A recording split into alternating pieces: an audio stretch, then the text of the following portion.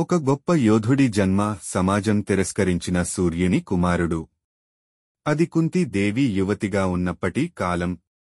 దుర్వాస మహర్షి కుంతి దేవి ఇంటికి వచ్చి అతిథిగా కొంతకాలం గడుపుతాడు. అతిథి మర్యాదలకు సంతోషపడి ఆయన ఒక మహాశక్తివంతమైన మంత్రాన్ని కుంతి దేవికి వరంగా ఇస్తాడు. ఈ మంత్రంతో నీవు ఏ దేవునిని ఆహ్వానించినా అతని ద్వారా పుత్రుణ్ణి పొందగలవు. కుంతికి ఇది ఆశ్చర్యంగా అనిపించింది. ఒకరోజు పరీక్షించాలనే ఉద్దేశంతో సూర్యుణ్ణి ఆహ్వానించింది. కళ్ళు మూసి మంత్రం జపించింది. వెంటనే సూర్యదేవుడు ప్రత్యక్షమయ్యాడు. అతని తేజస్సు భయంకరంగా ఉంది. దివ్య కాంతితో కూడిన ఆయన ఇలా అన్నాడు, నీవు మంత్రాన్ని వాడినావు కదా, ఇది వెనక్కి తీసుకోలేం. నీకు నాలోంచి ఒక శక్తివంతమైన కుమారుడు జన్మిస్తాడు అంటాడు. అలా కర్ణుడు జన్మించాడు. అతని శరీరం జన్మతోనే కవచం మరియు కుండలాలతో కలిగి ఉంది. అతడు సూర్యుని కుమారుడు, ఒక దివ్య శక్తి.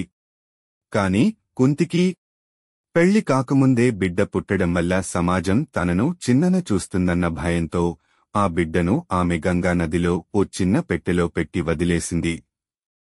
ఆ బిడ్డను కనుగొన్నది ఒక సారథి దంపతులు, అధిరథుడు మరియు రాధ. అతడిని ప్రేమతో పెంచారు. రాధమ్మ మాతృభక్తితో పోషించింది. అందుకే అతడిని రాధేయుడు అని పిలిచారు.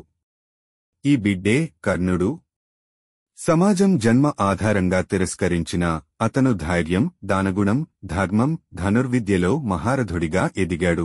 కర్ణుడు పాండవుల సహోదరుడు మరియు కుంతిదేవికి జన్మించిన మొదటి కుమారుడు. హస్తినాపురంలో అర్జునుడి ప్రతిభ పెరిగిపోతుంటే అతనిలో ఇంకా ఒక కోరిక మండుతోంది, అత్యంత శక్తిమంతమైన ఆయుధమైన బ్రహ్మాస్త్రాన్ని సాధించాలి అనే. ఈ కోరికతో అతడు గురువు ద్రోణాచార్యుని అనుమతి తీసుకుని అరణ్యంలోకి వెళ్లిపోతాడు. అక్కడ అడవిలో ఒంటరిగా ఒక శివలింగం ముందు నిలబడి తపస్సు ప్రారంభిస్తాడు. ఒక్క కాలిపై నిలబడి ఆత్మనిశ్చయాన్ని కోల్పోకుండా ఆ శివుడిని ప్రార్థిస్తూ తపించసాగాడు. ఒకరోజు శివుడు అర్జునుని భక్తిని పరీక్షించేందుకు వేటగాడి వేషంలో వస్తాడు. అనుకోని క్షణంలో అర్జునుడు మరియు వేటగాడు ఇద్దరూ తలపడి వాగ్వివాదం చేస్తారు. ఈ విభేదం పోరులోకి దారితీస్తుంది. శక్తివంతమైన పోరు జరుగుతుంది. కాని అర్జునుడి బాణాలు వేటగాడిని ఏం చేయలేవు. అక్కడే అర్జునుడికి ఆలోచన వస్తుంది. ఈ వేటగాడు సాధారణ మనిషి కాదు. ఇతడు శివుడే కావచ్చు. తన ఆయుధాలన్నీ విడిచి గౌరవంగా చేతులు జోడించి నమస్కరిస్తాడు. వెంటనే ఆ వేటగాడు రూపం క్రమంగా శివుని మహిమాన్విత స్వరూపంగా మారుతుంది. అతనికి చుట్టూ ప్రకాశం పరుచుకుంటుంది. శివుడు చిరునవ్వుతో అర్జునుని దగ్గరకు వచ్చి ఇలా చెబుతాడు, నీవు నా భక్తుడు. నీ తపస్సుతో నేను సంతృప్తినంది ఉన్నాను. నీకు బ్రహ్మాస్త్ర జ్ఞానాన్ని ప్రసాదిస్తున్నాను అంటాడు. అర్జునుడు ఆనందంతో నిండిన కన్నీళ్లతో శివుడిని నమస్కరిస్తాడు. ఇలా అతనికి బ్రహ్మాస్త్ర సిద్ధి కలుగుతుంది.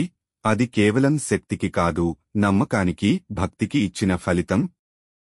మీకు ఈ వీడియో నచ్చితే లైక్ చేయండి, మీ మిత్రులతో షేర్ చేయండి.